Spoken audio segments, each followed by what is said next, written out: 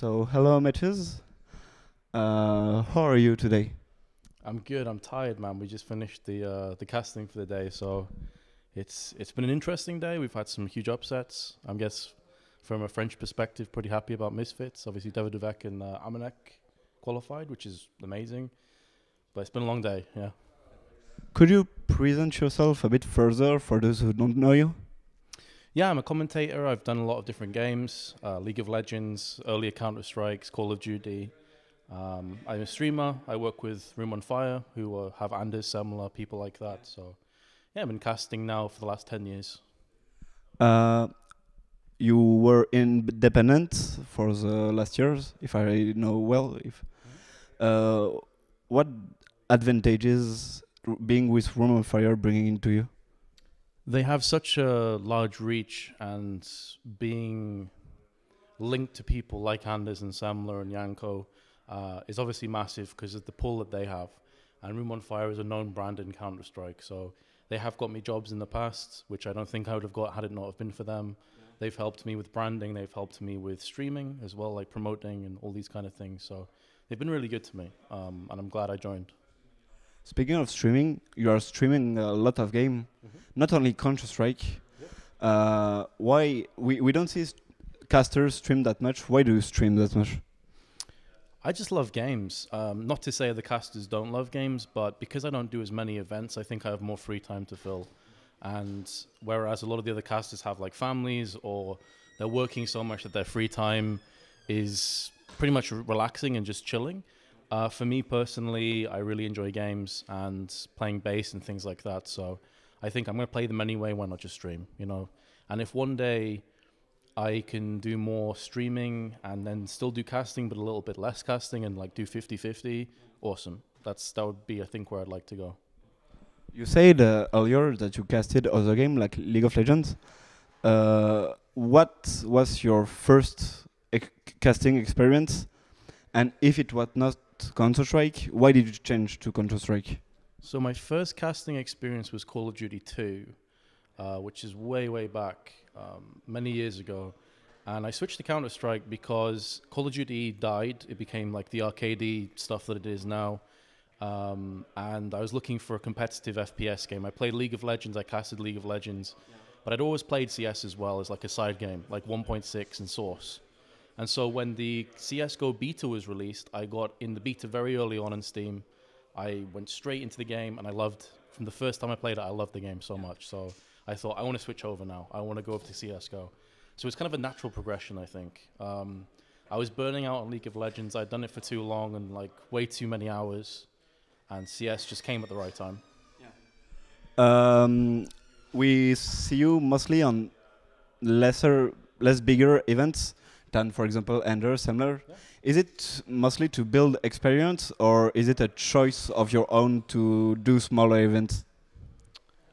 It's not my choice. I think it's just because we have so many amazing casters in Counter-Strike that I'm in a position where I'm not quite at the top level. I'm not an Anders and Semler. I'm not a Henry G or a Sadikist. And so those positions at the higher events go to those guys, and then there just isn't enough room for me to cast there as well. I would love to cast more events. I'd love to cast majors, things of that nature. But right now, this is kind of where I am, and I'm okay with that. You know, I want to work my way up. I think there's certain things I can improve. You know, with every caster, there's things you can improve. It's an ever-evolving process.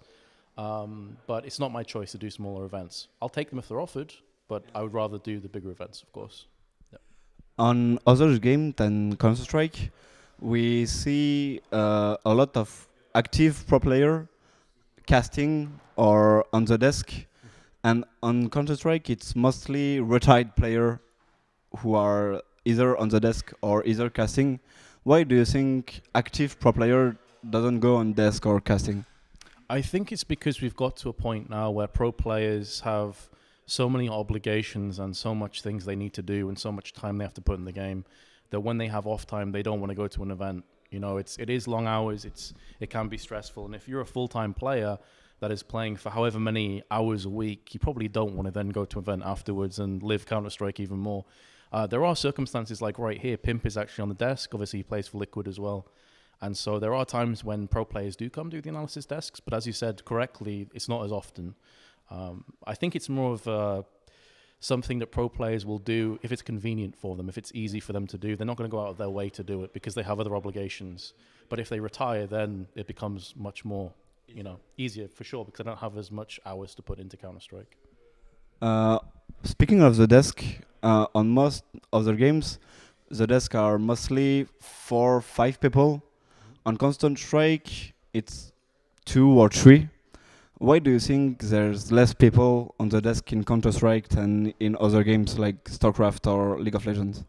That's a good question. I think in League of Legends and MOBAs like Dota 2, there is much more to break down before a game. You have champions to ban and pick. You have certain roles like, support. They're much more labeled. I mean, in Counter-Strike, you have roles, but a lot of players play different roles amongst themselves. They're not just a support player or just an AD carry or whatever. So I feel as if that's obviously a big part to it.